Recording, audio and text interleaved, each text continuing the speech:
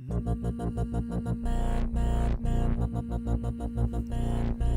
are things known and there are things unknown, and in between are the doors of perception. What is it that is in between those doors? What is perception and what does it do? If you think about it, perception helps us to interpret the chaos of what we see, hear, touch, smell. All of these things are constantly bombarding our senses, and we have to struggle to manage that chaos and make sense of all the information that is coming within our mind. Now, the process of perception is threefold. One, you select information, which is where you focus your attention on certain sights, sounds, tastes, touches, or smells within your environment. Then you follow it with organizing that information by perceiving, consisting of structuring the information that you have selected into a very coherent pattern with a first place and a second place, and so on. After that, you work to interpret that message. That's the final step in the process, and it is assigning meaning to all of that information that you've selected and then subsequently organized. So let's look at this first topic, and that is selection. There are two things that come with selection that we need to examine further. Both of these things affect what information we choose to select, if we select anything at all within that realm. The first thing to consider is the idea of salience. It's the degree to which particular people or aspects of their communication attract our attention. So salience being that which sticks out, that which is vital or important. So when a person behaves in a visually and audibly stimulating manner, for example, maybe they come in and they're very loud, or they're wearing very boisterous costumes or outfits, that is a visually or audibly stimulating manner of behavior. If our goals and expectations lead us to view the communication exchange as important, then we are going to make that a salient communication exchange. So if we feel like what we're getting ready to perceive is of vital interest to us, is important to us, then we're going to focus in on that. And also when the exchange deviates from our expectations. So when we are walking into a situation expecting things to occur in a certain manner, then that deviates from that expectation. We therefore find that a salient experience. Another way that we tend to select attention is through selective perception. It's the way we pay attention to what we are familiar with or what is important to us. So selective perception being when you are in a classroom and somebody says your name and you immediately pay a close attention to that because it is something that you are familiar with. It might be that you are only valuing the nonverbals that a person will give you over the verbals. So you have chosen to select that information as opposed to the verbals. Now, once you have selected the information, we can go into organizing it. So let's look at this image and determine what happened first when you first looked at it.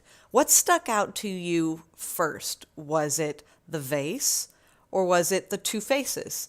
Which one of those things was the most salient, the most vital to you in that situation? And then think of how you came to that conclusion and apply that same idea to what you do in communication. What happens first? What behavior sticks out to you the most? Which of the things that occur within that selection of information would you find as the most important, the most prevalent? So for example, if you go and see somebody and you say, "Hey, how you doing?" and they cross their arms over their chest, kind of squint in their eyes a little bit and say, "I'm fine." Which are you paying attention to? The words, "I'm fine," or are you paying attention to the nonverbal display of the crossed arms and the tone of voice? Choosing which one of those to organize as number one puts the second one, in this case the verbals, as the second most important thing. So we are organizing this information to pay the most attention to or put the most prevalence on the very first thing, and in that example that would be the nonverbals. So again, what do you see that comes first? Is it the black, the vase here, or is it the white, the two faces? whichever pops out to you most. Maybe that was what you selected because you're familiar with this activity, or maybe it was just that which had the most contrast. The black is pretty much the darkest thing on the screen, so it maybe stuck out to you most. You have to determine what is going to be considered first place in your information. And sometimes this is conscious and sometimes it's subconscious. Now, once you've gotten past selection and you've organized that information, then you come to interpretation. So what do we use to interpret what we see, hear, and touch? In general, we format what's called a schemata, and that is expectations that we hold about people, places, events, etc. So we choose to have these schematas or the scenery that we have set that would occur for a specific group of people, a place, an event, and such. So again, this comes sort of back to our idea of expectations. It's a scene that we have created. It is an expected behavior that we have implemented onto a group of people or a situation.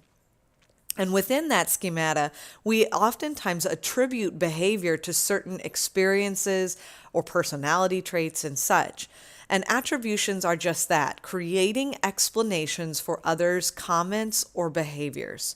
So attributions are the things that we do, the attributing that we do to the behaviors of other people. And sometimes we attribute behaviors to internal issues, and sometimes we attribute them to external issues.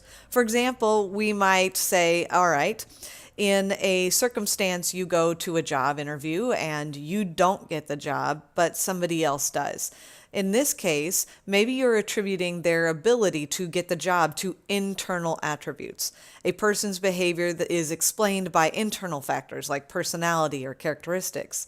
So you think to yourself, well, they probably got the job because they were really smart or very charismatic, they were very likable, all of those things. That's the internal attribution that you are placing on the person. On the other side of that is external attributes. So a person's behavior can be explained by outside factors like the environment or other people or circumstance. So in that same example, you might attribute the person getting the job to the fact that they have family members in the hiring process, or they already worked there before, so people knew them, or whatever it might be. Maybe they went to the same school as the person that was hiring them. So that would be considering an external attribution to what happened in that circumstance. So all of these things work within their various modes of process to come together to determine how we reach the point in which we have made an interpretation and have come together with a perception of beliefs about a circumstance, a group of people, or an experience.